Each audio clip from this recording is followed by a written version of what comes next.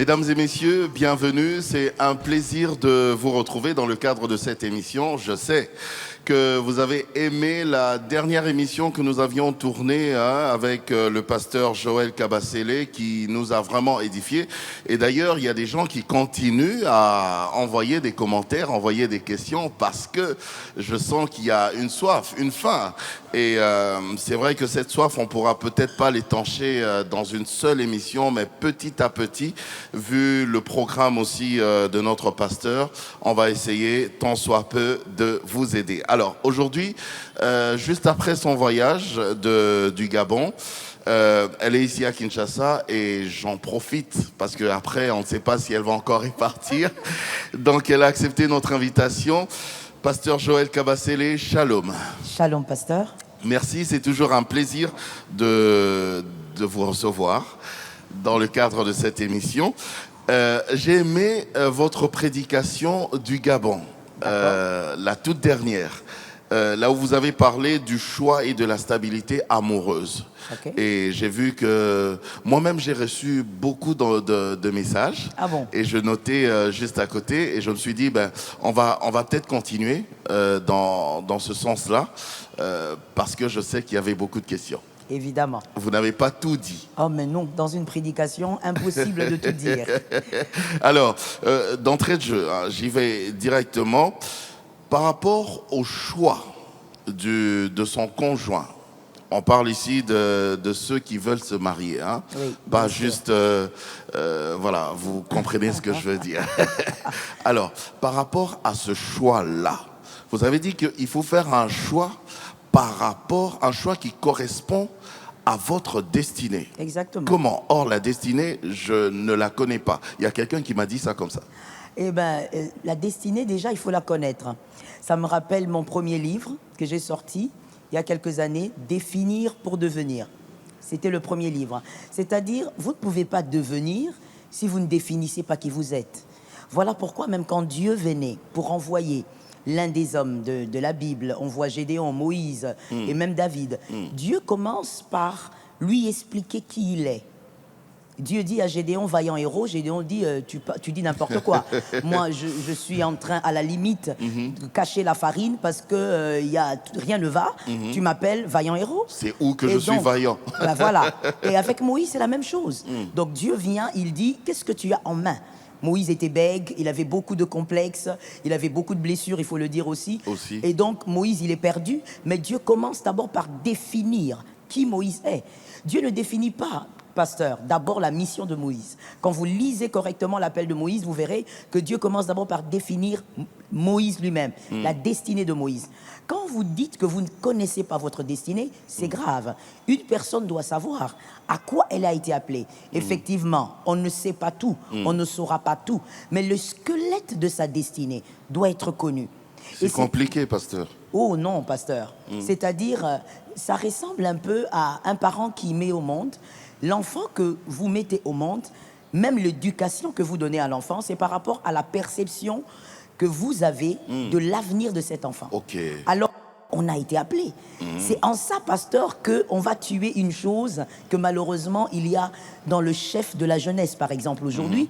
Et je parle de quoi? Je parle de la jalousie. Okay. Je parle de l'envie.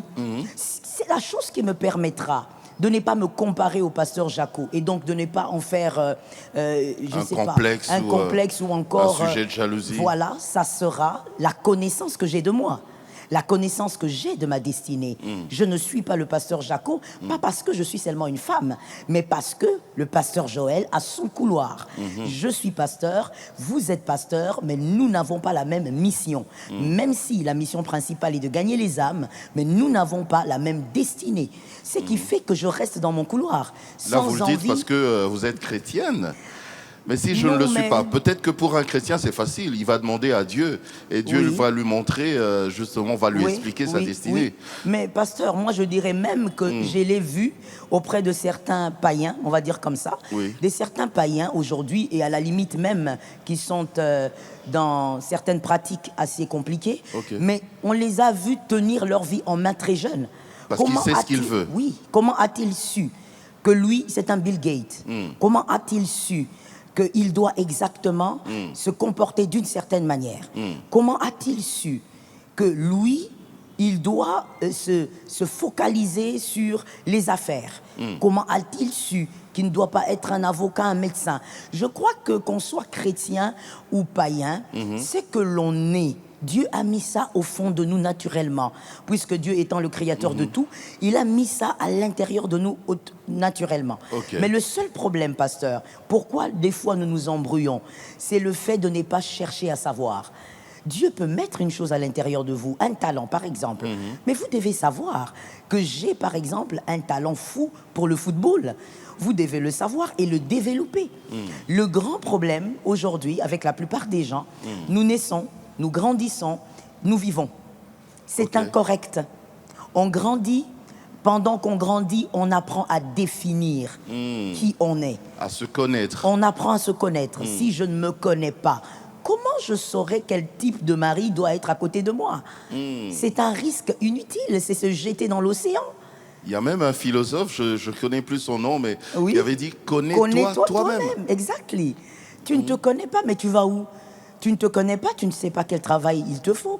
Tu ne te connais pas, tu vas te contenter des miettes dans la vie. Tu ne te connais pas, tu ne sauras pas exactement jusqu'où tu peux aller. Donc le choix que je dois faire doit correspondre à ce que je connais de moi. Exactement. Et vous devez connaître qui vous êtes. Vous devez définir votre personne. Parce que, excusez-moi, pasteur, ça va même vous aider à ne pas souffrir dans la société d'une maladie, laquelle le complexe. Parce que pasteur, en grandissant, je crois que tout le monde l'a vécu quelque part, la société essaye toujours de nous définir. Et moi, en tant que femme, je crois que je suis mieux placée pour le dire. Ah oui? Oui. La société a toujours essayé de nous définir. Vous êtes tel que vous êtes, mais la société vous dira, vous n'êtes pas comme ceci, vous devez faire cela, vous devez fonctionner. Surtout que la femme a toujours été stigmatisée. Exactement. Oui. Donc, quelque part, si vous ne vous définissez pas, mais c'est fini. Vous allez subir ce que les hommes diront de vous, alors que personne ne vous connaît mieux que vous-même, en dehors de Dieu. C'est à vous de vous définir. Vous définissez et vous avancez selon la bonne définition que vous avez de vous-même. Bon, d'accord, je me définis. Ok, je découvre ça. Oui. Maintenant, je dois faire un choix. Exactement. Mais l'autre, je ne la connais pas forcément. Oui. Je fais comment pour découvrir? Parce qu'il faut que ça corresponde à ce que moi, à mes attentes à moi. Oui. Voilà, je fais comment? Vous savez, pasteur Jaco, je vais prendre un exemple assez étrange peut-être. Écoutez, vous devez quitter Kinshasa, Paris. Vous achetez votre billet, vous avez votre boarding pass. Vous n'avez pas vu le visage du pilote. Et vous êtes sûr quand même que ce pilote va vous faire arriver à Paris. Juste par le fait qu'on vous a dit que c'est ce pilote qui est dans l'avion qui mène Kinshasa à Paris. Ouais, parce que je suppose que comme c'est un pilote, c'est un professionnel. Voilà. Il sait ce qu'il fait. Voilà. Lorsque vous voulez vous engager, exactement, vous ne savez pas tout de la personne. Mais la manière dont cette personne mène sa vie pourrait vous aider à savoir si, premièrement, elle sait où elle va. Parce qu'il faut déjà épouser quelqu'un qui sait où il va. Est-ce que cette personne sait où elle va? C'est-à-dire, est-ce qu'elle sait ce qu'elle veut dans la vie? Et ça, c'est important. Et deuxièmement, ça vous permettra de savoir si vous avez la même perception de la vie. Bien sûr. Rien qu'en vous regardant vivre, pasteur Jaco, comment vous organisez votre vie, votre temps, je peux savoir ce que vous attendez de votre vie. Nul besoin de m'asseoir avec vous pendant 3 heures. Je peux savoir ce que vous voulez de la vie. Là, c'est pas la prophétie, on regarde juste, on voilà observe pourquoi la l'apôtre personne. Paul n'a pas dit entrez en retraite et recevez beaucoup de prophéties pour apprendre. C'est pas écrit. L'apôtre Paul a dit est-ce que la nature ne vous enseigne-t-elle pas? Quelque part, les chrétiens, nous voulons beaucoup de prophéties, nous voulons beaucoup de prières, mais des fois, il suffit d'ouvrir les yeux et d'observer la nature. La nature cache beaucoup de vérités. Vous ne verrez jamais, pasteur Jaco, en tout cas jusqu'ici, vous ne verrez pas un lion s'accoupler avec un léopard. Non, non. Eh ben non. Ben le lion, il est dans son coin et il a beau avoir ses envies, il attend la lionne. Oui. La nature doit vous enseigner. C'est-à-dire, on doit être avec la personne qui nous ressemble pour aller plus loin, pour espérer aller plus loin. Mais comment je saurais que celle-là me ressemble? Observez sa manière de voir la vie ou de vivre. Lorsque vous approchez quelqu'un, vous savez, pasteur, on n'épouse pas la personne qu'on a vue au loin, on va l'approcher. Vous approchez la personne, vous causez avec la personne et vous saurez comment elle conçoit la vie. Voilà pourquoi je reproche souvent aux jeunes de passer tout le temps à dire des je t'aime qui n'ont pas de sens, qui n'ont pas de racines. D'ailleurs, je t'aime, on ne dit pas ça comme ça. Hein? Voilà, tout le temps, je t'aime, je t'aime. Vous savez, pasteur, vous pouvez aimer quelqu'un sans l'épouser. Ah. Vous pouvez ressentir beaucoup d'amour pour une personne sans que cette personne ne soit jamais la femme ou l'homme de votre vie. Ah non, là je suis choqué. Ah ben oui. Il fallait bien. Il fallait bien. Mais oui, c'est-à-dire quand vous êtes là en train J'aime une personne et puis je ne l'épouse pas. Mais oui, parce que c'est pas tout ce qu'on aime qu'on garde. Quand on est enfant, on veut avoir tout ce qu'on aime. C'est vrai, c'est vrai. Quand on est enfant, on veut avoir tout ce qu'on aime. Quand on est adulte, on ne garde pas tout ce qu'on aime. Il y a des choses qu'on aime, mais qui sont dangereuses pour la vie ou pour la destinée. Et donc, on s'en sépare. Alors, d'accord, j'ai fait mon choix. Je dois arriver à découvrir l'autre, à connaître l'autre, savoir si ça correspond avec mes attentes. Exactement. Vous savez aussi qu'au début, là, les gens, ils font semblant. Hein. Oui. Mais non, je saurais comment, parce que les gens, ils savent bien cacher leur jeu au début. Oui. Ah. Pasteur. Je risque de penser que c'est ça, et pourtant, c'est pas ça. Pasteur, une personne peut vous tromper par sa manière de réfléchir, c'est-à-dire en vous parlant. Une personne peut vous tromper par vos rencontres, mais une personne aura du mal à vous tromper par sa vie. Ah oui? Il aura du mal à vous tromper par sa vie. Au-delà d'être avec la personne à épouser, est-ce que vous prenez le temps de savoir comment cette personne vit? Comment vit-elle? Quel est son emploi du temps, par exemple? Vous savez, quand je parle de l'emploi du temps, ça semble banal, mais ça veut cacher beaucoup de choses. Quand vous voulez épouser un homme, mademoiselle, vous ne devez pas seulement attendre le jour de vos rendez-vous. Renseignez-vous même auprès de ses amis. Quel est son emploi du temps la journée? Il fait quoi? Posez-lui la question, pourquoi vous irez fouiner dans... Non, il faut fouiner, pasteur. Non, il faut fouiner. Il ne faut pas poser la question parce que, comme vous l'avez dit... Vraiment, ma fiancée, c'est une fouineuse, ça ne sert à rien. Mais non, pasteur, ce n'est pas une fouineuse, c'est quelqu'un qui sait ce qu'elle veut de la vie. C'est-à-dire, ce n'est pas fouiner, mais c'est savoir avec qui on va passer toute la vie. Le mariage n'est pas un jeu. Le mariage n'est pas un jeu. Ça revient encore, c'est le livre, vous l'avez acheté. Ah, est-ce qu'il y a encore le... En passant, est-ce qu'il y a encore le lot ici? Oh là? non, non, non. Le lot, il est terminé, malheureusement. Ah, que Dieu fasse grâce qu'on puisse encore avoir un autre lot, parce qu'il y a beaucoup de demandes. Exactement. Oui. Le mariage n'est pas un jeu, pasteur. C'est toute une vie. Et pour nous, les chrétiens, on ne se marie pas pour divorcer. Et malheureusement, quand vous êtes dedans, heureusement ou malheureusement, on vous demande d'y rester. Donc, il faut bien faire votre choix. On n'est pas en train de fouiner, on est en train d'être sûr.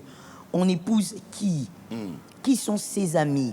Moi, je me rappelle, je crois que je te l'ai déjà dit, pasteur, que quand j'étais fiancée, mon père me disait, puisque ma mère n'était plus, mon père me disait, il faut aller chez eux. Et j'étais choquée d'entendre ça de mon père, hein, tu sais, parce que... Aller chez eux. Aller chez eux, tu vois, avec un père qui a toujours été plus qu'un général toute notre vie. Alors j'ai dit, non, je suis en train de rêver. Mais plus tard, j'ai compris, maman n'étant pas là, il devait jouer le rôle aussi de la mère. Il me dit, il faut aller chez eux. Alors qu'il n'y avait encore rien, ni près d'autres, rien du tout. Il dit, va voir comment il vit avec ses parents, comment il traite sa mère, comment il vit avec ses sœurs. Et il me dit... Surtout qu'à l'époque, on n'avait pas de téléphone portable. Ben voilà. Donc quand la personne débarque, tada, je suis là. Je suis là. Et donc, pourquoi? Mais parce qu'il faut savoir quelle est sa perception de la vie, comment il vit. Vous voulez épouser un homme qui se réveille à midi, qui habite chez sa maman. Il se réveille à midi et il a le repas déjà fait par sa maman. Et après cela, il prend son temps dans le quartier. À 18h, il s'habille, il vient vous dire « je t'aime ». Mais où allez-vous? Il s'habille bien. Où allez-vous? Et donc, pasteur, il faut tenir compte de la manière dont la personne vit. Ça me rappelle quelque chose, quand on grandissait, il y avait un ami, lui, il était bizarre, quoi. Je lui disais déjà d'être vrai. Mais lui, il était très faux, quoi. Il jouait un rôle. Donc, du coup, quand il est en train de manger, quand il mange, par exemple, juste les matembele avec du foufou comme ça, parce que, bon, allez, on ne peut pas s'acheter du poulet et tout. Oui, voilà. Et si sa fiancée débarquait par hasard, il court très vite se laver les mains. C'est pas croyable. Parce que sa fiancée ne doit pas voir qu'il mange les matembele. C'est pas croyable. C'est pas croyable. Là, par exemple, c'est un problème, il faut s'assumer. Il faut être capable d'assumer sa vie, assumer ses moments. Il faut être capable, sinon vous miroitez quelque chose de terriblement faux. Bon, et finalement, on a peur que l'autre soit déçu aussi. Hein. Pasteur Jaco, je veux peut-être vous choquer encore. Si la personne en face de vous est déçue de vous voir manger des légumes avec du riz ou avec je ne sais pas quoi parce que les temps sont durs, si cette personne est choquée au point de ne pas être avec vous, ne soyez pas avec elle. Ok. Ne soyez pas avec Carrément. elle. Ben oui, ne soyez pas avec elle. En même temps, le cœur est déjà parti. Vous savez, pasteur, quand le cœur part et que vous ne faites pas des bons choix, à un moment donné, vous irez récupérer vous-même votre cœur. Ok. Vous irez récupérer tellement que ça va chauffer dedans. La personne ne va même pas jeter votre cœur. Hein. Vous irez vous-même arracher votre cœur entre ses mains quand ça ne va pas marcher entre vous. Même avec Dieu, il le dit, il le pense et les hommes qui ont marché avec Dieu l'ont dit. David a dit, quand je traverse la vallée de l'ombre de la mort. De la mort. C'est-à-dire, dans la vie, il y a des moments où c'est très bas. C'est normal. Ça fait grandir. Ça assagit. Et dans la vie, il y a des moments où on est haut. Et donc, quand une personne a honte de votre vie ou de votre moment ou de vos moments de crise... Donc, c'est pas la bonne personne. Où est-ce que vous allez avec elle? Vous savez, pasteur, elle peut être une bonne personne, mais n'est pas être prête. Ok. Voilà. Parce qu'on ne va pas tout de suite conclure, c'est la mauvaise personne. Elle peut être une bonne personne, mais qui n'a pas grandi, qui n'a pas vécu sa maturation. Donc, laissez cette personne vivre sa maturation. Quand c'est la saison des mangues, vous allez cueillir une mangue verte. Ne dites pas que la mangue n'est pas bonne. Ne dites pas que la mangue n'a jamais été sucrée. C'est vous le problème. Vous êtes allé cueillir une mangue au mauvais moment. Au mauvais moment. Voilà. Ah, d'accord. Ok. Alors, vous avez parlé aussi de... Oh, il y a tellement des choses à dire. Vous avez parlé... On est toujours dans la destinée. Oui. Vous avez parlé aussi de la beauté qui peut tuer une destinée. Exactement. Comment ça? Vous parlez de quelle beauté? La beauté physique, intellectuelle ou morale? La beauté physique d'abord. La beauté physique d'abord, elle peut tuer. Mais la beauté intellectuelle aussi, lorsqu'elle n'est pas équilibrée, au fait, tout doit rester dans l'équilibre. C'est comme ça que Dieu lui-même a tout créé dans Genèse. Il est resté dans l'équilibre. Le ciel et la terre, la nuit et le jour. Il est resté dans l'équilibre. Quand il crée l'homme, c'est vrai qu'il s'est senti seul, mais en aucun moment la Bible dit que l'homme n'a demandé une femme. Donc lui-même, il crée l'équilibre, il crée la femme. Donc c'est pour dire que Dieu est un Dieu d'équilibre. Et donc, je parlais d'abord précisément dans cette prédication, c'était la beauté physique. Pourquoi? Parce que la plupart justement des jeunes choisissent d'abord la beauté physique. Elle n'est pas moins importante, mais elle n'est pas essentielle. Je dois d'abord voir, voici enfin celle qui est chère. Exactement, exactement. Mais ne tuez pas l'essentiel à cause de cela. Ne soyez pas aveuglés au point de ne pas voir que cette belle femme est impolie, est arrogante.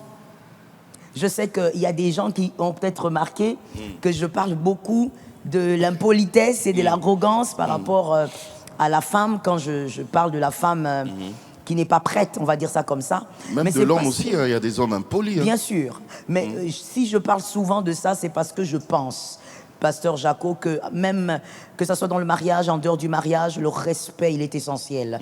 Le respect dans la vie d'un être humain, c'est quelque chose qui ne devrait pas se discuter. Tout homme mérite respect et tout être humain devrait être capable de respecter. Ok. Voilà. Ok. Donc c'est très important. Oui.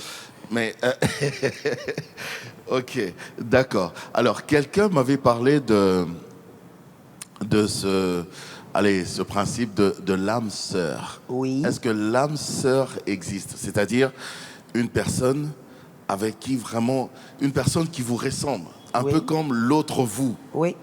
Vous avez la même façon de voir les choses, la même façon de faire les choses, la même façon. Est-ce que ça existe vraiment? Alors, moi, je veux rester dans l'équilibre. Hein, oui. Premièrement, je pense que oui, ça existe. C'est ce que nous, les chrétiens, nous appelons l'homme de la destinée ou la femme de la destinée. Je crois en ça. Je crois que ça existe et qu'il y a des gens qui ont vécu ça. C'est extraordinaire. Oui. Mais c'est rare, hein? C'est oui, rare de je tomber pense sur aussi ça. que c'est rare. Ouais. Mais je voudrais aussi, comme j'ai dit, garder l'équilibre et même choquer un peu en disant que il est probable, il est possible que cette âme sœur ne vous aide pas. Ah! Oui. On voit les choses de la même façon. Oui. Comment cette personne ne pourra pas m'aider? Justement, voir les choses de la même façon, des fois, ça peut déranger. Ah. Oui, pasteur. Voir les choses de la même façon, des fois, ça peut déranger. Là. Ok. Je vous donne un exemple d'une phrase que la plupart des gens aiment dire et je pense que ce n'est pas une bonne phrase à dire. Voilà la phrase. Pasteur Jaco, je vous aime tel que vous êtes et je vous supporte tel que vous êtes. Ben Vous êtes mon ami. Ben non. Ne soyez plus mon ami le jour où je vous sors ça. Parce que je ne dois pas vous aimer tel que vous êtes. Je dois vous aimer pour vous améliorer. Je dois vous aimer avec vos défauts, parce que moi-même j'en ai, donc la tolérance. Mais je ne vous aime pas tel que vous êtes, parce que mon amour est un amour qui amène à l'amélioration. Donc, dire que je dois vous aimer tel que vous êtes est un mensonge. Et si je suis déjà une version améliorée, enfin, par rapport à vous? Vous savez, vous ne serez jamais une version par rapport à moi, oui, mais par rapport à vous-même. Au fait, moi, je ne vous améliore pas. Mon amour ne doit pas vous améliorer pour moi. Ben non. Et là, je parle même en tant qu'ami. Ok. Non, mon amour à moi, pour vous, en tant qu'ami, ne vous amène pas à l'amélioration pour moi. C'est pour ça que je sais de tonton Jaco. Je sais qu'il est mieux que ça. Je sais que les défauts d'aujourd'hui, certains doivent tomber, tous ne resteront pas. Alors, je l'aime. Je l'encourage, je ne l'aime pas tel qu'il est. Non. Je veux même vous choquer encore. Je l'aime pour ce que je vois dans 5 ans, dans 10 ans. Mettez des commentaires. Voilà. Je l'aime pour ce qu'il sera dans 5, dans 10 ans. Et donc, je l'aime pas parce que je veux qu'il reste tel qu'il est. C'est un faux amour, mauvaise réflexion. C'est comme ça que je disais que l'âme sœur, ça peut marcher, c'est une belle histoire, mais des fois, ça peut aussi être un problème. Quelqu'un qui vous ressemble ne vous amène nulle part, quelque part. Vous savez, pasteur, ce qui fait que vous soyez heureux avec votre épouse, Madame Astrid, un petit coucou, c'est la différence. La différence. Là où le pasteur Jaco dit, on va s'arrêter ici, c'est bon, c'est suffisant. Pasteur Astrid dit non. Non, on ne peut pas s'arrêter ici parce qu'on peut faire mieux que ça. Il y aura des accrochages parce que le pasteur Jaco se sent bien là où il est. Mais voilà cette différence. Ça vous booste, ça vous amène, ça vous permet de réaliser des choses inimaginables. Donc, quelque part, on n'acclame pas une chose simplement parce qu'on a entendu parler. Comme un homme a dit, il ne faut pas être un ruminant. C'est-à-dire, vous avez entendu parler d'une pensée et vous ruminez la même pensée. Non, il faut bien réfléchir. Être pareil n'est pas toujours une bonne chose. Des fois, c'est la différence qui crée la multiplication. On le voit même auprès de l'homme et de la femme. Il faudrait bien, si nous refusons aujourd'hui certaines tendances, c'est parce que c'est dans la différence. On est femme, on est homme, on fait des enfants. Ben voilà. Donc on peut se ressembler, mais pas dans tous les domaines. Mais non. C'est impossible. Il faudrait une différence. Il faut une différence. Cette différence, il faut bien que quelqu'un dise non à l'autre. Ce choc d'idées-là, c'est ce qui crée une harmonie et une évolution magnifique. Donc, il ne faut pas toujours... Les jeunes, je sais qu'ils s'emballent dedans. Il ne faut pas toujours s'emballer. Il me ressemble. Ben, j'espère que c'est juste une impression et qu'au fond, il y a quand même des différences. Parce que c'est cette différence... Il faut qu'il y ait des différences. Ben oui, qui vous amène à réfléchir. Vous savez, quand on se ressemble, on ne réfléchit pas alors. Quand on se ressemble, ben oui, pasteur. Quand on se ressemble totalement, ben on réfléchit pas. Moi, j'aime le jaune, tu aimes le jaune. On va à gauche, on va à gauche. On s'assied, on s'assied. C'est bien, non? Tant mieux. Non, à la bonne heure. On ne va nulle part. On ne va nulle part. Il faut bien qu'il y ait la différence pour qu'on arrive à évoluer. Si je pense que là, on doit améliorer, et l'autre aussi dit, ah, mais moi aussi, je pensais qu'on devait améliorer là. Oui. C'est bien, non? 1 ou 2 fois, oui. Mais dans la plupart des temps, il faudrait bien que la différence s'impose. C'est dans cette différence qu'on arrive à voir autre chose. Qu'on n'arrive pas toujours à voir les mêmes choses qui ne donnent que les mêmes résultats. Voilà. Ah, d'accord. Alors, parlons un peu de ce quid de l'éducation et de la foi. Oui. Dans le choix, on est encore dans le choix, Mais aussi dans la stabilité quand même, hein, Oui. dans le mariage. Voilà, je mets les deux ensemble. D'accord. Donc avant le mariage et dans le mariage. D'accord. La place de l'éducation et de la foi. Oui. Parlez-nous-en. Avant le mariage, alors là, c'est essentiel. Ok. Avant le mariage. Et je remarque que la plupart des jeunes ne tiennent pas compte de ça.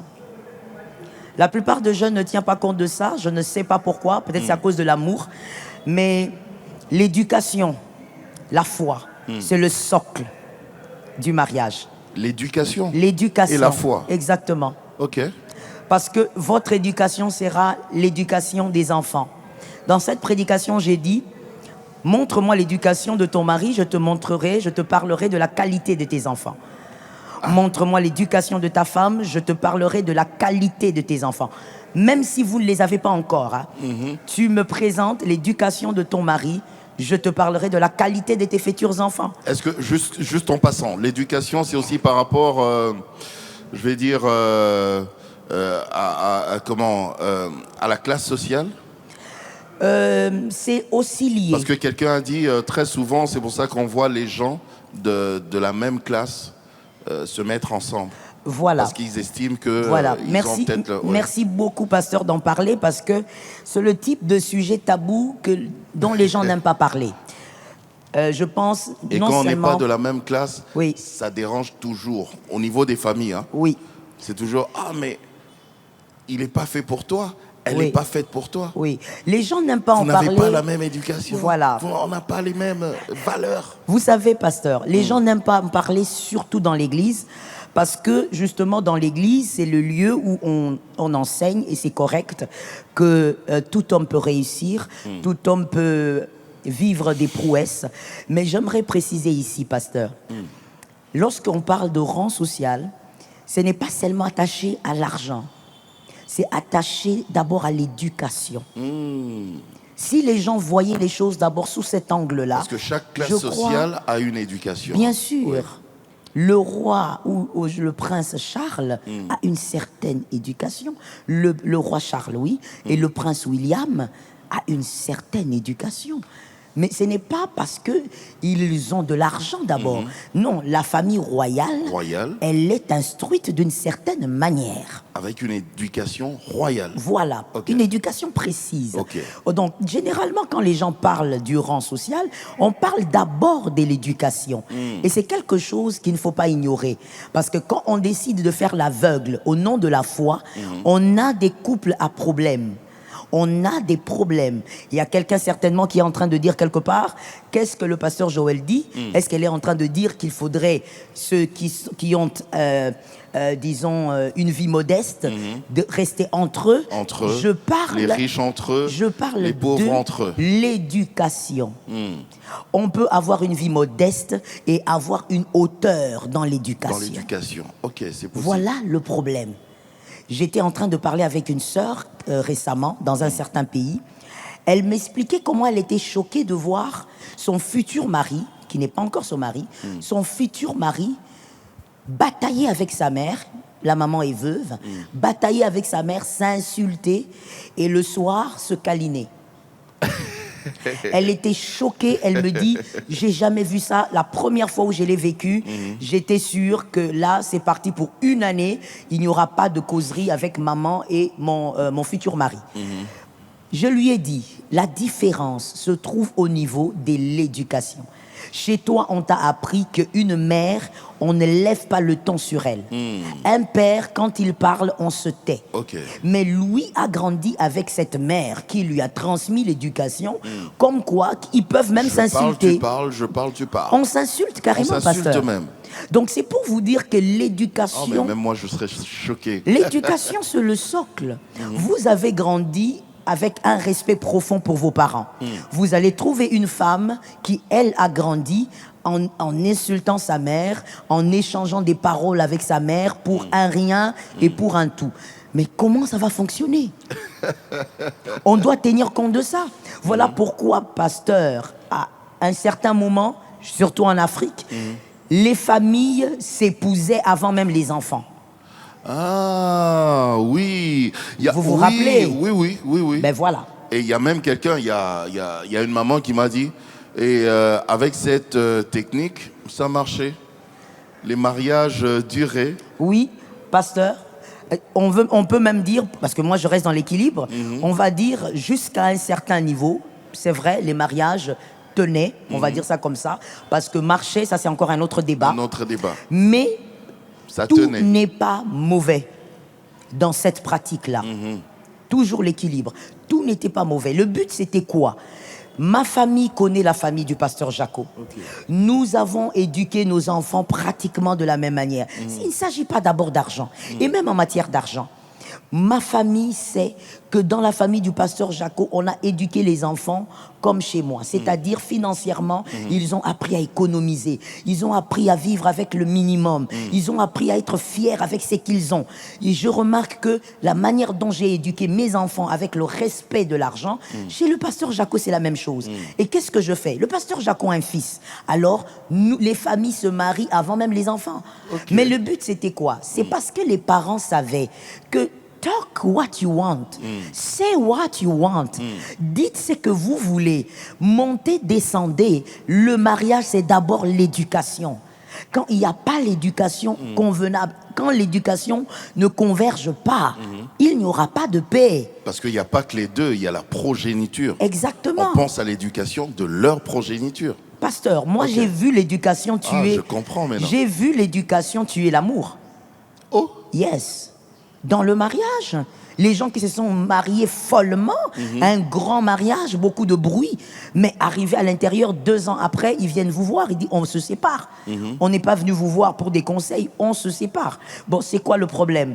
C'est l'éducation. Voici son comportement. Moi, j'ai appris que voici comment on traite un père. Elle traite mon père. Elle traite son père. C'est l'éducation qui les a tués. La mauvaise éducation peut tuer l'amour. Alors, on ne peut pas trouver un juste milieu, puisqu'on parle de l'éducation. Mais le juste milieu, moi, je pense que par rapport à tel sujet, c'est ça. Oui. Toi, tu penses que par rapport à ce même sujet, c'est comme ça. Oui. Il n'y a pas un juste milieu. Mais pasteur... Parce que qu'est-ce qui me prouve que c'est que vous dites là, c'est ça même la bonne éducation. Voilà. Mais pasteur, déjà pour arriver au point où, en étant marié, de se dire, voici, moi je pense, toi tu penses, le juste milieu est celui-ci, fonctionnons comme ça, et l'autre dit d'accord. Mais c'est l'éducation. La capacité de comprendre l'autre, mais c'est l'éducation. Il y a des gens qui n'ont pas grandi comme ça. Il y a des... Oui, pasteur, qu'on se le dise. Qu'on se le dise. Toi et moi, on a toujours été francs, alors qu'on se le dise. Oui. Voilà. Nous ne présentons pas les choses par le dos de la cuillère. Qu'on se le dise. Il y a des gens qui n'ont pas grandi dans la compréhension. Malheureusement, on ne leur a pas dit que dans la vie, il faut écouter l'autre. L'autre peut avoir raison et tu peux avoir tort. Il y a des gens qui ont grandi dans une éducation où c'est lui qui a raison et il n'écoute personne. Et même quand l'autre a raison, il n'écoute personne. Il n'écoute pas. La capacité, pasteur, de dialoguer dans le mariage, vous asseoir, dire ma femme, parle-moi. Qu'est-ce qui te dérange? C'est l'éducation. Oh. Yes. Ok, l'éducation c'est vaste alors. Hein? Mais oui. Okay. Vous voyez des femmes qui se plaignent aujourd'hui, pasteur, mon mari ne dialogue pas. Pasteur, mon mari ne m'écoute pas. Mais c'est l'éducation. Quelqu'un qui n'a pas appris à écouter quand il était tout petit, 3 ans, 4 ans, comme la Bible dit, mais ne vous écoutera pas vous parce que vous êtes une belle femme. Mais non. Okay. Un garçon qui n'a pas appris à écouter sa mère religieusement, on ne parle pas de la génération actuelle, maman parle, lui il est debout, il est en train de faire ses choses. On parle de... Moi, je suis de la vieille école, tu me fais pas ça. Je suis en train de parler... Impossible. Toi, comment? Pasteur, on est de la vieille école. On est de la vieille école. Impossible. C'est-à-dire un garçon qui a appris à écouter sa mère religieusement depuis l'enfance. Maman parle, il écoute. Oui. Pasteur, à 80%, je peux même donner ma main à couper. Ce garçon écoutera sa femme. Ok. Il a appris à écouter. Et ce n'est pas que sa femme qui sait écouter. Il peut écouter tout le monde. Il écoute les amis. En fait, il a appris ce que c'est l'écoute. Il est tolérant. Il peut comprendre qu'il a tort sur un Exactement. sujet. Okay. Le problème, pasteur, c'est que je pense qu'il faut qu'on en parle aussi un peu dans nos églises. On a fait croire, ou peut-être les gens ont cru, que l'éducation, c'était simplement merci, pardon, et voilà. Or, l'éducation, ça passe par tout. Parce que là, vous parlez même du dialogue, de la conversation. Mais la capacité de comprendre. Quand vous dites dialogue, c'est dans le sens de converser. Exactement. De papoter, de rire, de blaguer. De blaguer.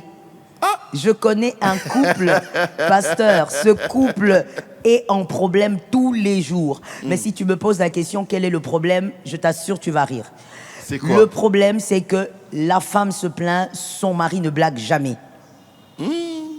L'homme, il blague pas, l'homme, il rit pas. Quand il est devant sa télé, il commente à la limite ce qu'il regarde. Et quand c'est sa femme qui veut regarder quelque chose qui la détend, lui quitte le salon. Et ils vivent comme ça, 15 ans de mariage. Ah! Non, mais ça, c'est... qu'ils arrêtent alors.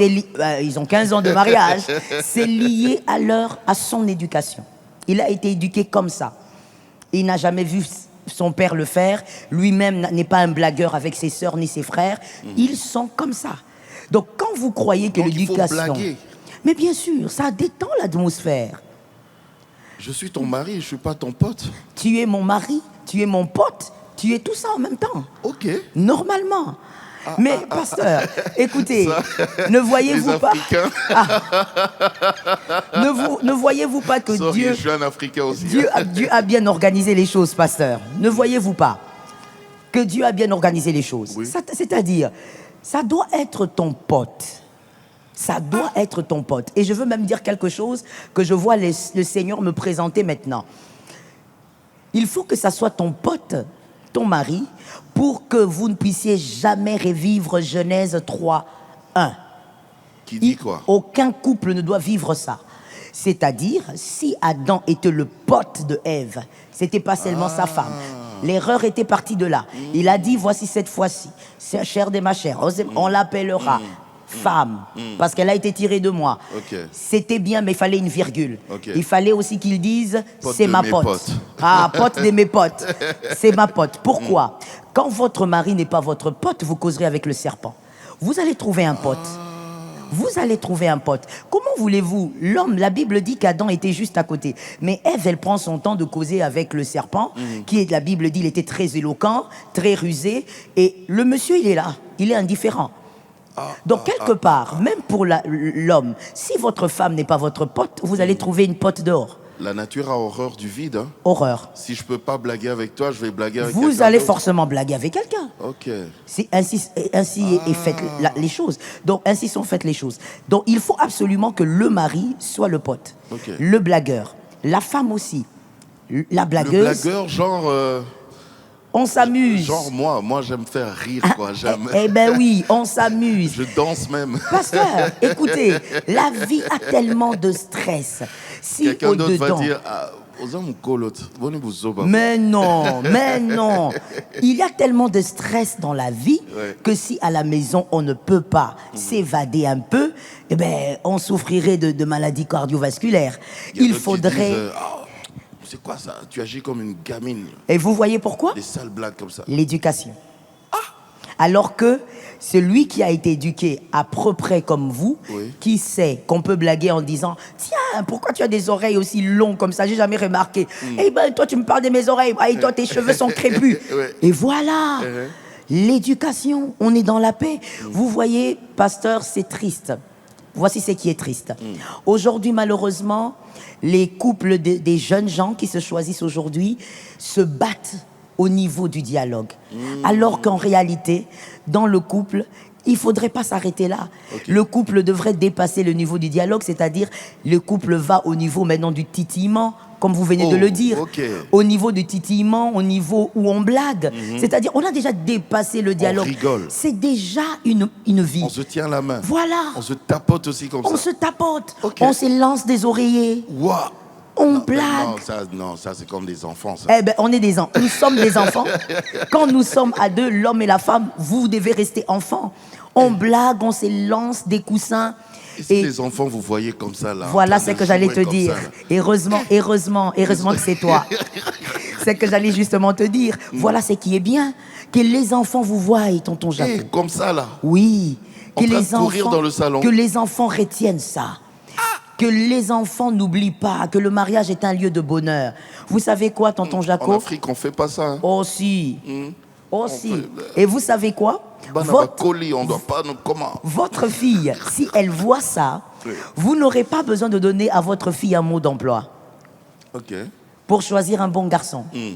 Le Saint-Esprit, évidemment, fera sa part, mais vous n'aurez pas besoin de donner à votre fille un mot d'emploi. L'inspiration, votre ce sera fille, papa. Voilà. Même à l'université, elle va avoir des amis, elle aura des potes, mais elle va regarder. Elle ne cherchera pas la copie de papa, non, mais elle cherchera un blagueur, comme papa. Donc pour elle, ça sera de l'automatisme. Je dois avoir plusieurs potes.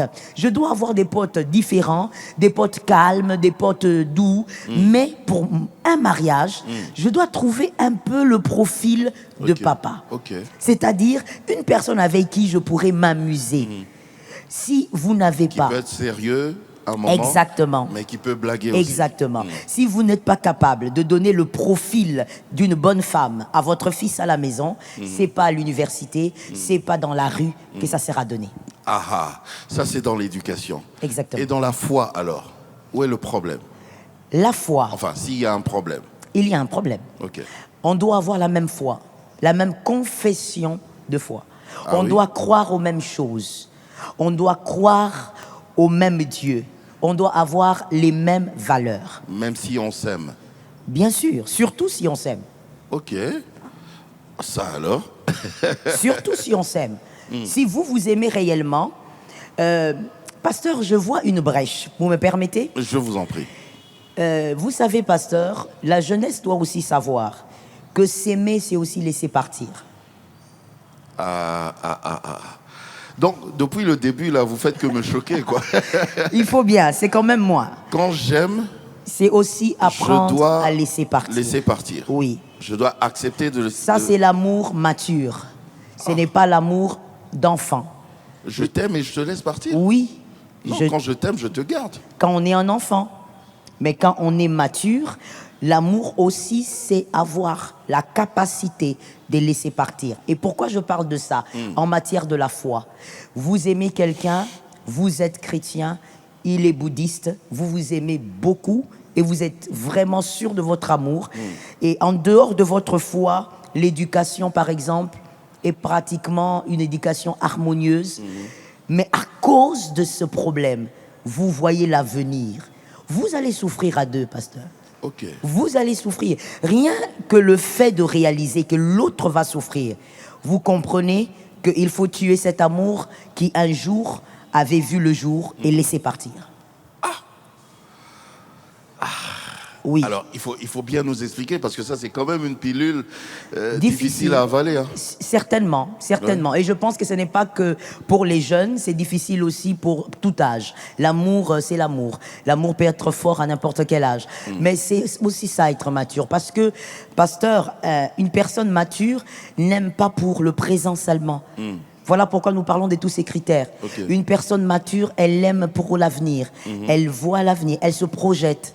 Vous n'avez pas la même foi que moi, la confession, je préfère, la même confession de foi que moi. Je crois que Jésus est Seigneur. Vous croyez que Jésus est un prophète. Comment on va s'en sortir? Au départ, ça peut marcher quand on n'est qu'à deux. On s'aime. On a l'impression, je dis bien l'impression, que l'amour est en train de prendre le dessus. Je vous laisse aller à la mosquée. Moi, je vais à l'église. On a vraiment l'impression que c'est l'amour qui couvre tout. Mais quand les enfants arrivent, maintenant, ce sont les destinées. Les destinées qui existent. Et automatiquement, il y a comme, je crois que vous l'avez déjà senti, pasteur, vous êtes père, il y a comme un automatisme qui se crée quand les enfants naissent. Vous sentez automatiquement une certaine responsabilité. Pas seulement de les nourrir, de les vêtir, mais de les orienter. Et donc, ce sont les destinées qui sont entre vos mains, que vous devez orienter. La foi, c'est aussi l'éducation. Hein. Exactement. Et c'est là maintenant que le problème surgit. Quelle orientation spirituelle? Le père voudra que ça soit son orientation, parce que si jusqu'aujourd'hui, il est resté musulman, c'est parce qu'il croit mordicus que c'est ce qui est bien. Si vous êtes resté chrétienne, c'est parce que vous êtes convaincu que c'est la voie de la vie. Et donc, qui suivra qui? Ok. Et quand il faudra maintenant, en couple, prier ensemble, vous allez faire comment? Voilà le problème. Dans la maison. Voilà le problème. Il y a ces personnes, on rentre toujours dans l'éducation. Dans l'éducation. Qui, par éducation, ne trouvent pas un problème, qui ne prient pas en famille. Voilà, chacun prie dans sa chambre, et puis chacun, bon voilà. À la limite, on ne sait même pas si les gens ont prié. Mais écoutez, il y a des personnes aussi, comme nous autres, je ne sais pas si c'est un bonheur ou un malheur, mais en tout cas, on a grandi de manière à prier en famille. Toujours. Depuis que j'existe, je veux dire ça comme ça, je sais qu'une famille prie ensemble. Et jusqu'à ce que je me suis mariée, avec l'âge que j'avais, mon père nous réunissait comme tous les soirs depuis des années pour la prière, avec tout ce qui va avec. Donc, quand il faut faire une prière de famille, on se réunit. Vous êtes bouddhiste, je suis chrétienne. Qu'est-ce qu'on fait? Compliqué. On prie qui?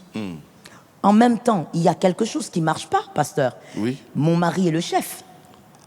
Il y a quelque chose qui va me piéger, moi, en tant que femme. C'est que mon mari, il est le chef. Oui. La Bible me demande soumission. Ça, c'est ma Bible qui me demande soumission. Lui, il est chef. Je me mets dans quelle position? Je désobéis, j'obéis. Qu'est-ce que je fais? Je sais qu'il y a quelqu'un qui dirait, la Bible dit, soyez soumise selon le Seigneur. Oui, c'est vrai. Mais ça serait quand même de l'hypocrisie ou du mensonge. Parce que avant que je ne me marie, je savais que lui était bouddhiste. Oui. Et donc, c'est une manière pour moi d'accepter son autorité de chef en tant que bouddhiste. Et je pense même que dans presque toutes les spiritualités, ils savent que l'homme est le chef. Exactement. Donc, vous voyez un peu, pasteur, il y a quelque chose qui commence à déranger. L'homme, à un moment donné, va vouloir imposer son autorité de chef. Et moi, de mon côté, je suis obligé d'obéir pour la paix, de me soumettre pour la paix. À un moment, il faut l'accompagner dans son église. Qu'est-ce qu'on devient? Moi, je connais des femmes qui ont suivi, je ne préfère pas citer la confession de foi, qui ont suivi certains courants à cause justement de cette paix qu'il fallait rechercher, de cette soumission. Mais la femme te dit clairement qu'elle ne croit en rien de ce qui se fait de l'autre côté. Alors, elle est dans quoi, pasteur? Et il y a quelque chose que nous ne devons pas ignorer. L'éternité existe. Là, ils sont déjà mariés. Ben oui. Mais non, on fait comment? On laisse partir l'autre au nom de l'amour? Vous êtes déjà mariés, et ça, c'est la première erreur. Voilà ce que je suis en train d'abord de dire. Quand on est marié, on ne peut plus se quitter? Non, on ne se quitte pas selon la parole de Dieu, tonton Jaco. On ne se quitte pas. C'est votre choix. Même quand tu as un mari qui te bastonne, mais vraiment la baston, la vraie. Pasteur, quand votre vie est en danger, je l'ai toujours dit aux femmes, quand votre vie est en danger, on n'est pas marié pour mourir. On ne reste pas là où il y a la mort. Et évidemment, ce qui est sûr, c'est quand le mari est sorcier, alors? Ou la femme sorcière? Pasteur, quand le mari est sorcier, vous avez reçu le pouvoir. Chaque nuit, là, c'est compliqué. Vous avez reçu le pouvoir, pasteur. Vous avez reçu le pouvoir. Comme la Bible dit, le combat, il n'est pas physique, alors que votre pouvoir, c'est au-dessus. Vous comprenez, pasteur, pourquoi il est important de faire le bon choix en amont? De bien réfléchir avant de décider. Parce que là, quand par exemple, vous avez un problème au niveau de la foi, ça commence à poser problème, surtout pour les enfants. Pasteur, je connais un couple où le père, le chef, est obligé de violenter sa femme tous les jours pour amener les enfants dans sa confession de foi. Ça c'est pas bien. Et tous les jours, c'est de la violence. Les garçons, ce sont des garçons, ils vont, mais quand ils y arrivent, ils sont traumatisés parce qu'ils pensent à ce que maman vit tous les jours pour qu'ils viennent là. À quel prix ils viennent? Il faut savoir ce qu'on fait. Rien du tout. Mais non, ils sont traumatisés. Et ça risque même, cette religion risque même de devenir un poids pour eux. Ils risquent au fait de rejeter tout en bloc parce que leur mère est traumatisée tous les jours. De détester même tous ceux de cette religion. Voilà. Le problème, c'est quoi, pasteur? Ils ont aimé au-delà de certaines réalités. Lorsqu'on a la maturité, on n'aime pas au-delà de certaines réalités. Il y a des réalités qu'il faut voir et qu'il faut admettre et qu'il faut régler. Quand ça ne peut pas être réglé, pasteur, on laisse partir, on va aimer une autre personne. Même si on est marié, hein? Non, quand on est marié, on ne laisse pas partir. Hein. Vous êtes cloués. Vous êtes cloués. Vous êtes cloués. Alors, allons-y dans le mariage alors. Comment être stable dans le mariage? Vous avez parlé de l'aspect humilité. Oui. Vous avez dit que l'humilité, c'est même ça qui démontre que la personne est mature. Exactement. Expliquez-nous. Pasteur, aucun mariage, en tout cas, je mets quiconque en défi. Aucun mariage ne peut tenir sans l'humilité. Ah oui? Aucun. Voilà pourquoi Jésus lui-même, étant le grand modèle, pour nous les chrétiens, Jésus, en voulant épouser sa femme, qui est l'Église, s'est humilié. Un Dieu qui a tout et qui est tout en lui-même, il descend, il se rabaisse jusqu'à dépendre d'une femme de 15 ans, 13 ans environ. Il reste dans les entrailles pendant 9 mois. Alors qu'il n'est pas obligé. Il n'est pas obligé. Il n'est pas obligé. Il peut venir la table. Voilà. Ouais. Il naît comme tout bébé. Il accepte de prendre le sein de sa maman. Un Dieu. L'humilité de Jésus n'a pas commencé à la croix. Ça a commencé beaucoup plus loin. L'humilité de Jésus a commencé dès son arrivée. La décision d'ouvrir le livre et d'en rompre les 7 sceaux, l'humilité a commencé là. Il s'est rabaissé lui-même. Jusqu'à toute l'histoire que nous connaissons. Ses parents puissent fuir la colère de Hérode. Voilà. Alors qu'il était capable de faire disparaître tout le monde. Oui. Il accepte ça. Il accepte d'aller en Égypte. Donc c'est pour vous dire que si lui-même a compris qu'on ne peut pas bien vivre avec sa femme sans humilité, mais et nous, remplis de défauts, remplis des failles, remplis d'erreurs, on ne peut pas vivre dans un mariage sans un esprit. Je voudrais dire ça comme ça. Un esprit d'humilité. C'est-à-dire, ça ne doit pas être des instants, mais un esprit d'humilité. Okay. Et pas seulement chez la femme. Parce que dans notre société africaine, on a répété à l'homme que c'est la femme qui doit être humble. Qui doit faire le premier pas. La Bible dit l'humilité précède la gloire. Elle ne dit pas l'humilité de la femme précède la gloire. Non, l'humilité tout court. L'humilité, c'est-à-dire l'homme aussi doit être humble. Et comme je l'ai dit dans cette prédication, qui, je sais, a titillé beaucoup, c'est que le vrai chef, c'est lui qui doit être un modèle d'humilité. Ok. Donc c'est l'homme-là, comme ça, là, qui doit faire le premier pas. Oui. Et pourtant, d'abord, je suis homme. Oui. Et j'ai raison. Oui. Sur cette situation-là. Oui. Et c'est encore moi, homme, chef, qui a raison. Oui. Qui doit faire le premier pas pour briser la glace. Mais pasteur. Et toi, tu fais jamais le premier pas. Alors là, c'est un problème. Là, par exemple, je veux recommander... Les hommes sont fatigués de femmes comme ça. Je recommande vivement à cette femme ma prédication, justement, celle-là. Parce que dans cette prédication, je dis, lorsque l'un est humble, il faudrait que l'autre ne le détruise pas. C'est-à-dire, le moins humble ne doit pas détruire l'humble. Ce n'est pas parce que le mari est humble que la femme doit rester dans sa position et nourrir cette position d'orgueil. Prendre ça comme un acquis. Attention, elle va détruire la beauté qu'il y a dans cet homme, qui est l'humilité. Et elle-même, justement, elle ne va rien gagner, elle va aller de mal en pire. J'ai même donné mon exemple pour dire que, pasteur, moi, quand je me suis mariée, les 2 premières années, 3 premières années comme ça, je demandais jamais pardon à mon mari. Oh. Ben non. Même ça veut dire, vous aviez tort. J'ai tort, je sais que j'ai tort, et des fois même j'ai mal, hein. Des fois même je regrette, amérément d'ailleurs, mais je ne vais pas faire le premier pas. Et je ne fais pas le premier pas, c'était toujours lui. Et c'est là, pasteur, où je comprends... Les gens vont dire « Ngambe Boye ». Oui, ça a toujours été lui qui faisait le premier pas. Okay.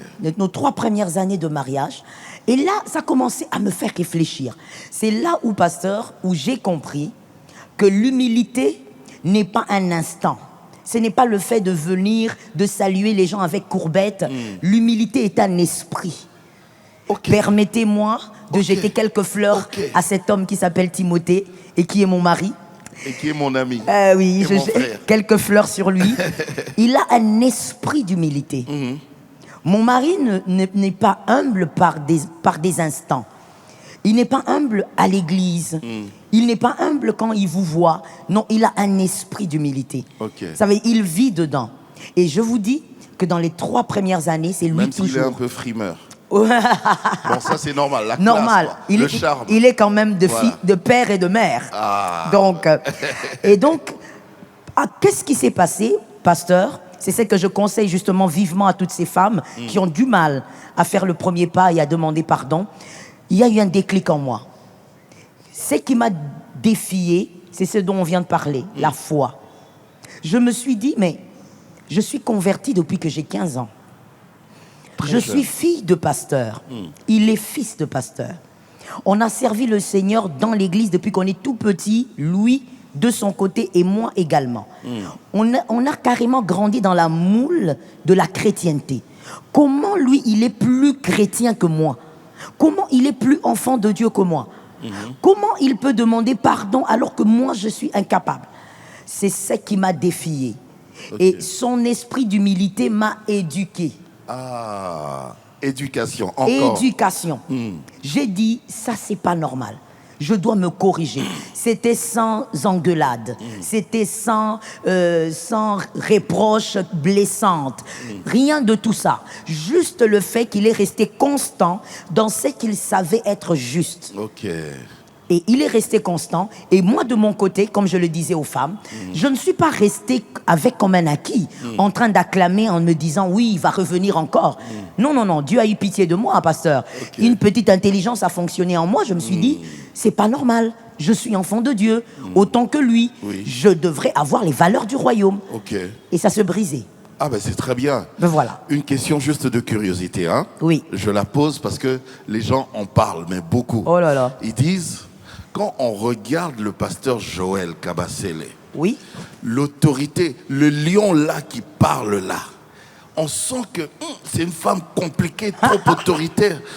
Maintenant, face à son mari qui a l'air doux et tout ça, comment elle est maintenant dans son mariage? Oh là là. Dites-nous, si c'est pas un secret.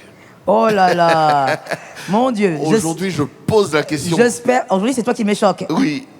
J'espère seulement que les gens vont me croire déjà. C'est Écoutez pourquoi bien. J'ai toujours dit que cette question, il fallait que ça soit lui qui réponde. Qui en parle. Mais bon, je veux essayer de répondre. Alors, lorsque les gens disent le pasteur Joël avec l'autorité, je crois qu'ils parlent du pasteur Joël qui... Même moi-même, quand je dis que... non, mais pasteur Joël, c'est ma sœur, on parle bien. Oh, vous rigolez aussi. Mais oui, on rigole, oh elle là rigole. Là. Oh là là, oh là là. Elle rigole et puis elle aime des blagues. Oui. Bon. Mais on ne me croit pas. Même moi, on ne me croit pas. Je comprends. Je crois que lorsque les gens parlent du pasteur Joël, ils parlent du pasteur Joël qui se présente devant eux. Et c'est le pasteur, justement, qui a le micro, qui prêche. Le lion, là. Oui, le lion ou la lionne. La lionne. Oui, je me rappelle encore. Quand tu dis ça, ça me rappelle la consécration que... le pasteur Jean-Baptiste Soumbela avait fait sur moi le jour qu'il m'avait consacré pasteur. Et c'est ça qu'il avait déclaré, au fait. Il avait déclaré qu'il y ait une onction de lionne ou de lion. Alors, je dis simplement que là, c'est le mandat. Quand c'est le mandat, il y a une autorité qui est attachée au mandat. Et j'en profite, pasteur, pour... en parler ici, j'espère vraiment que ça va aller très loin. C'est Dieu. Oui, ça c'est le mandat. Et puis, il faut le dire, que lorsque le pasteur Joël exerce son mandat d'autorité dans le ministère, le pasteur Joël est tel qu'elle est, avec les gènes que j'ai. Je suis désolée de ne pas avoir une voix de femme, mais ce sont mes gènes. Oui. Je crois qu'on ne choisit pas ses parents, même si malheureusement il y a des gens avec une grande méchanceté qui en parlent comme si c'était quelque chose de voulu ou de décidé. Ce sont mes gènes. Je n'ai pas choisi de quel type de gènes je devais avoir. Vous blaguez avec le pasteur Timothée? Je blague avec mon mari parce que quand je suis à la maison... Vous faites des câlins aussi? Des câlins. J'aime beaucoup les câlins. J'aime beaucoup les câlins. Alors, je ne sais pas comment certaines femmes font pour vivre sans câlins. Moi, j'aime beaucoup les câlins. Et puis, heureusement pour moi... c'est l'éducation. Et heureusement pour moi que mon mari aussi est très câlin. Il est un peu trop d'ailleurs. Alors, j'aime bien les câlins quand je suis à la chair, quand je suis dans l'église, disons. Parce que je suis pasteur d'une église par la grâce de Dieu. Quand je suis à l'église, j'exerce l'autorité du mandat.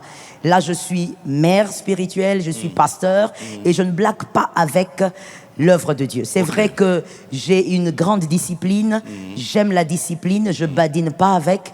Pour moi, pasteur, quand on travaille, c'est soit 100 soit c'est zéro. Il n'y a pas de justification quand on sert Dieu, que vous soyez malade ou pas. Priez que le Seigneur vous aide à donner le meilleur de vous-même. C'est vrai que je suis très dur avec ma propre discipline, mais quand je suis dans ma maison, je suis mère, toujours avec une certaine discipline, hein, parce que sinon il y a des gens qui diront, voilà, je suis toujours mère avec ma discipline, mais il y a un chef avec qui je blague, que j'écoute. Donc c'est votre pote? C'est mon pote. Oh, c'est mon pote celui-là. Celui-là, c'est mon pote, hein. Aujourd'hui, on le sait. Celui-là, c'est mon grand pote. Ne me posez plus cette question. Il n'a même pas le temps d'avoir un autre pote. Hein. Lui, c'est mon pote. Vous savez l'appeler aussi quand il sort ou bien quand vous sortez? On s'appelle tout le temps. On s'appelle tout le temps, surtout quand il est sorti, même quand il est à Kinshasa. On s'appelle tout le temps. Généralement, c'est lui qui appelle. Et on passe des heures au téléphone. Je veux te raconter une anecdote. Une fois, j'étais au Canada. Des heures au téléphone comme au premier jour, quoi. Ben oui, nous on cause, hein. Et on cause sur WhatsApp parce que là au moins ça compte pas. Oui. Donc, j'étais au Canada et lui il était, je crois, à Paris. Et j'avais prédication avec le décalage horaire, j'avais prédication le matin chez moi. Alors lui me dit, écoute, j'ai pas sommeil, mais en même temps, il faut que je me repose parce que je dois préparer une prêche. Je lui ai dit, écoute, moi, il faut que je dorme parce que j'ai une prêche aussi le matin. Alors, il me dit, mais comment je fais? J'ai pas sommeil. J'ai dit, bon, appel vidéo. On fait l'appel vidéo. Et puis, moi, j'étais déjà sur mon lit et lui aussi. Et puis, je lui ai dit, bon, écoute, allonge-toi, je vais te chanter une berceuse et tu vas dormir. Oh, eh bien, il s'est allongé. Mignon. Non, mais j'y crois pas. Oui, il s'est allongé. Et puis, il avait la main sur le visage. Et puis, il me dit, bah, écoute, je vais pas dormir. Je lui ai dit, si, tu vas dormir. Et j'ai commencé à chanter. Je crois que je chantais quelle chanson? Je sais plus quelle chanson je chantais. Ah, je crois, je chantais... Fais dodo. Non, je crois que je chantais... Booba, Booba. Oh! Bah oui. Booba, mon petit ourson. Bah oui, le pasteur Joël peut chanter Booba aussi. Je chantais Booba, Booba, mon petit ourson. Et puis, à un moment donné, je l'entends ronfler une fois, deux fois. Et puis, j'ai dit, bah, il est parti. Et puis, j'ai coupé l'appel vidéo. Donc, je suis épouse et j'ai mon pote avec qui on blague beaucoup, heureusement pour moi. Et je fais un effort pour être cette femme qui doit être soumise parce qu'il faut dire que derrière cet homme qui sourit beaucoup, qui blague beaucoup, c'est un chef compliqué. Hein. Oui. C'est ce que les gens ne savent pas. C'est que c'est un chef qui n'est pas... J'en sais quelque chose. Eh ben voilà, toi tu es son ami, tu sais. Donc c'est un chef qui n'est pas... Il ne blague pas dans certaines choses. Et donc je ne pense pas que mon mari aurait été capable de vivre avec une femme rebelle. Ça serait impossible pour lui. Il est aussi, tout chef qu'il est... Oui. Il est aussi quelqu'un de très simple, de très cool, mais avec ses amis. Hein. Exactement. Je me rappelle une fois, il vient à la maison chez moi, on n'avait rien à manger, mais tout ce qu'on avait, c'était l'exéter. Oui. Mais il a dit, on va faire comme les vrais quinois. On a pris les exéters et la chicoine. Lui, ça passe. On a commencé à manger. Lui, ça passe. Lui, c'est quelqu'un qui a zéro complexe. Lui, ça passe sans problème. En tout cas. Alors, on va pas tout terminer aujourd'hui parce que la réalisation déjà me fait signe. Ah tiens, on est en direct hein, depuis le temps. On est en direct sur YouTube. Vous êtes en train de nous suivre. Je voulais je sais pas si on peut m'accorder quelques minutes encore un petit peu. Je voulais, parce qu'on va parler de ce grand événement également que vous organisez à Aena, ma campagne. Exactement. Mais avant, juste rapidement comme ça, nous parler un peu de la gestion de l'argent. C'est qui doit gérer l'argent? C'est qui doit garder l'argent dans le couple? Et c'est qui doit venir avec l'argent? Enfin, l'argent, les finances. Ok, ça tombe bien parce que à partir d'ailleurs du vendredi matin, nous avons une grande conférence des couples, des familles sur la gestion de l'argent. Ah. Oui, c'est à partir de 8h, ça se passera dans la salle Ixora, à la Cité Verte. Et donc, on va parler un peu de tout ça. Comment gérer l'argent dans le couple et ce qu'il ne faut pas faire avec les finances dans les couples. Dans la famille, qui doit rapporter de l'argent? Celui qui a la responsabilité de rapporter de l'argent, c'est d'abord le chef. Parce que c'est à lui de prendre soin. Le chef, donc l'homme. L'homme. Parce qu'il est appelé à prendre soin. Il doit prendre soin de sa famille, il doit s'occuper. Parce que n'oublions pas, pasteur, que son autorité passe aussi par là. la capacité de prendre soin de ses enfants. Nous avons vu beaucoup de pères perdre leur autorité. Je ne parle même pas au niveau de la femme. La femme peut peut-être garder ses valeurs, mais on l'a vu au milieu des enfants. L'enfant n'est plus respecté le père parce que le père n'arrive pas à assumer ses responsabilités financières. Okay. Ce n'est pas une bonne chose, pas bien, mais ça. il faudrait absolument que le père évite cela aussi. Il y a des choses à éviter. Donc, c'est d'abord l'homme qui doit couvrir financièrement toute sa famille. La femme a été créée comme une aide, donc elle ne doit pas croiser les mains. Elle doit aussi rapporter quelque chose, parce que l'équilibre est important. Cet équilibre permettra une paix financière dans la famille. Okay. Et ça permettra aussi à cette femme d'avoir des besoins sans recourir forcément vers son mari les résoudre. Okay. Et ça donne beaucoup de paix dans la famille et dans le foyer. Donc elle peut prendre certaines initiatives ou bien il faut toujours d'abord l'accord du mari? Elle peut prendre des initiatives, mais vous voyez, pasteur, comme c'est... Vu qu'elle a elle aussi l'argent. Comme ce sont les finances. Aussi, oui. Comme ce sont les finances, oui. Et on gère une famille, pour ne pas faire des dépenses inutiles ou pour ne pas dépenser avant le temps, vaut mieux s'accorder. Il faut toujours s'accorder pour savoir qui fait quoi et qui dépense combien. Et ainsi, on arrive à bâtir, pasteur, une famille. Les finances dans une famille, ce n'est pas que pour boire et manger. On doit bâtir une famille. Oui. Les enfants doivent avoir une maison. Il faut laisser une entreprise, pourquoi pas. Il faut donc bâtir des choses et ça passe par les finances. Donc, il faudrait s'accorder et savoir comment gérer les dépenses. Okay. Mais il est important que l'homme couvre les besoins d'une famille financièrement et la femme rajoute. Et qui doit gérer l'argent? La personne qui est la moins dépensière gère l'argent. Ok. Aujourd'hui, comme je l'ai dit tout à l'heure, il faut éviter d'être ruminant, c'est-à-dire de prendre des idées conçues et d'en faire les vôtres sans réfléchir. Aujourd'hui, on ne dit pas la femme gère l'argent parce que c'est la femme.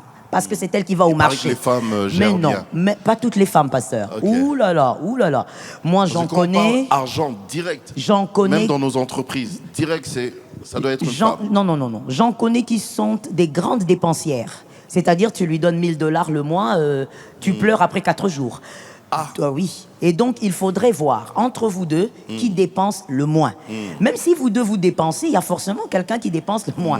Quelqu'un qui a encore la tête sur les épaules. Okay. Donc, que cette personne gère, gère aussi les dépenses de la famille. Et comme je l'avais dit dans cette prédication, pasteur, il faudrait dans une famille équilibrée, dans un couple réfléchi et responsable, avoir le seuil de dépenses de chaque mois. Okay. Chaque mois, nous n'allons pas dépenser au-delà de 500 $. Okay. À moins que ça soit pour payer les frais des études des enfants, à moins que ça soit pour payer la maison, en tout cas toutes les grosses dépenses à côté. Mais en dehors de toutes les grosses dépenses... Dans les dépenses, on prévoit aussi... on prévoit les imprévus. Oui, bien sûr. Okay. Voilà pourquoi il faudrait avoir le seuil de dépenses du mois. Okay. Il faudrait avoir un compte épargne et il faudrait avoir les imprévus.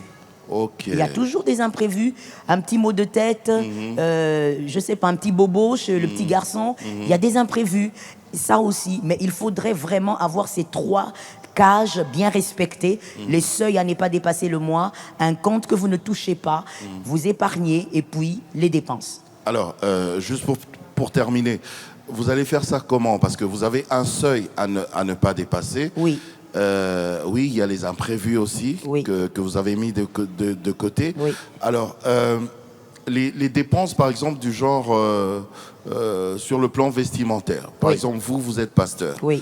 Vous devez tout le temps être bien. Bien sûr. Voilà. Bien se présenter. Bien se présenter. Donc, il faut tout le temps acheter. Vous allez faire comment? Alors, là par contre, pasteur, je corrige. Parce que même pour l'émission, vous devez vous préparer. Oui. Donc, là par contre, je corrige. Vous regardez le dressing. Ah, ça, j'ai déjà porté ça. Oui. Non, alors il faut quand même changer. Oui. Là, par exemple, je mets un petit bémol. Pour les personnes publiques ou les personnes qui sont obligées de toujours bien se présenter devant les gens, il ne faudrait pas tomber dans le piège des dépenses sans calcul. Même si il faudrait que sa garde-robe soit toujours actuelle. Ne tombez pas dans le piège des dépenses inutiles, parce que c'est ça le piège des personnes publiques. Alors si vous tombez dedans, vous n'allez rien faire dans la vie, vous serez en train de remplir les garde-robes, mais vous n'allez rien faire de concret. Donc, ne pas acheter tout le temps, acheter. Et même, voilà pourquoi, surtout en matière vestimentaire, il faudrait avoir une discipline. Vous dire, le mois par exemple, qui commence, vous avez... Pour nous les pasteurs, moi, je vais être pratique, vous avez combien de prestations et vous n'êtes pas non plus obligé, même si vous êtes une femme, qu'à chaque prestation, vous soyez différente. Donc, vous gérez les choses. Quelque part, pasteur, il faut dire... Il faut tuer le complexe. Il faut être sans complexe dans la vie. Parce que quand vous prenez madame, je parle aux dames parce que c'est souvent les dames qui sont... Quand madame, vous mettez une robe 2 fois, vous n'êtes pas morte. Ça ne vous tue pas. Ça n'a pas effacé quoi que ce soit. Ben non, vous restez vous-même. Tant que vous êtes belle, vous êtes propre, vous êtes bien habillée, vous êtes bien classée, c'est bon. Donc, surtout, en ce qui concerne le vestimentaire, soyez disciplinés. Il ne faudrait pas que par mois, vous dépensiez par exemple 500, 600 euros, 1000 euros par mois pour les vêtements. Quand vous êtes un homme et votre femme, par exemple, elle fait pareil, mais où allez-vous? C'est compliqué. Ah, mais c'est trop compliqué, vous n'allez pas vous en sortir. Respectez quand même un seuil que vous ne dépasserez pas. Peu importe combien de prestations vous aurez, c'est avec la discipline que les hommes les plus simples arrivent à aller très loin. Oh, ben c'est très bien, c'est très bien. Moi, j'ai reçu quelque chose. Gloire à Dieu. Du 1er décembre au 17 décembre. Bientôt déjà ici, hein. Exactement. À partir de 17h. Oui. Aïna, ma campagne. Oui. Déjà, on a changé d'adresse. Hein. Oui. On est toujours à ma campagne, mais on a juste changé. Oui, on a shifté juste un peu. Pour ceux qui connaissent, nous sommes à Kinshasa. Et là, d'ailleurs, c'est mieux parce qu'on est vraiment sur la grande avenue Exactement, exactement. Voilà. Ah, mais avec les embouteillages en même temps. Avec les embouteillages. Alors, même dans les embouteillages, on sait voir. Ah, mais c'est ça, voilà. C'est plus accessible, c'est plus facile à voir. Donc, nous sommes en diagonale de Saint-Luc, pour ceux qui connaissent. Et nous sommes sur Ngouma. Et donc, c'est écrit AENA en grand. Et donc, Assemblée évangélique Nouvelle Alliance, Campus Ma Campagne, où nous sommes, par la grâce de Dieu, pasteurs résidents. Et nous organisons une grande célébration annuelle. Et ça commence déjà le 1er décembre jusqu'au 17 décembre. Des grands moments. La saison de grâce. La saison de grâce. Et donc, l'activité elle-même s'appelle Exode 7. Exode 7 veut dire une sortie parfaite. Parce que le chiffre 7, c'est le chiffre de la perfection. Et même, c'est le chiffre aussi qui exprime la volonté de Dieu. Donc, la sortie par la volonté de Dieu. Et cette fois-ci, pour cette saison, nous disons la saison de grâce. La saison de grâce. Nous serons bénis. Je ne vais même pas poser des questions là-dessus, sinon on n'aura même plus envie de venir. Tu es mon invité, hein? Ah, ok. Pour tous les jours, là? Eh ben, attends, tu es chez toi. Tu es chez toi de toutes les manières. Je ne devrais même pas t'inviter. Tu es chez toi. D'accord. Ben, je serai là. Un petit mot pour terminer aujourd'hui, maman. Oh, je dis, c'est toujours un plaisir. Avec toi, c'est toujours un bonheur. Merci. Oui, ça fait du bien. Aujourd'hui, c'est sans Ingrid, mais on te fait un coucou. Un gros coucou à elle. Ça fait du bien d'être avec le pasteur Jaco. Ce sont des bons moments qui nous édifient, des très belles questions, un bon raisonnement. Amen. Et nous disons que Dieu vous garde, que Dieu veille aussi sur le ministère. Et à la prochaine, par la grâce de Dieu. Merci beaucoup, pasteur. Merci à vous également de nous avoir suivis. On pourra se retrouver la prochaine fois parce que je sais que vous avez tout plein de questions. Vous avez laissé tout plein de questions là en commentaire. Après, pour avoir encore le pasteur... bon, on va voir. Dieu Toi, tu trouves toujours le temps. Je trouve toujours. On s'organise toujours. Portez-vous bien et un grand merci à cette équipe technique. Et aujourd'hui, on a travaillé vraiment avec l'équipe technique, mais toute l'équipe technique de AENA de l'église, la cellule de communication. Exactement. Des jeunes très efficaces. Et je pense que... Moi, je vais les choper aussi un tout petit peu. Oh là là. Pour certains événements, non? Attention, attention là. En parlant avec toi. After, ça on verra plus tard. Voilà, voilà. Juste pour des... Voilà, on va voir. Mais en tout cas, merci les gars, vous êtes comme ça. On se retrouve la prochaine fois. Portez-vous bien, que Dieu vous bénisse. Au revoir.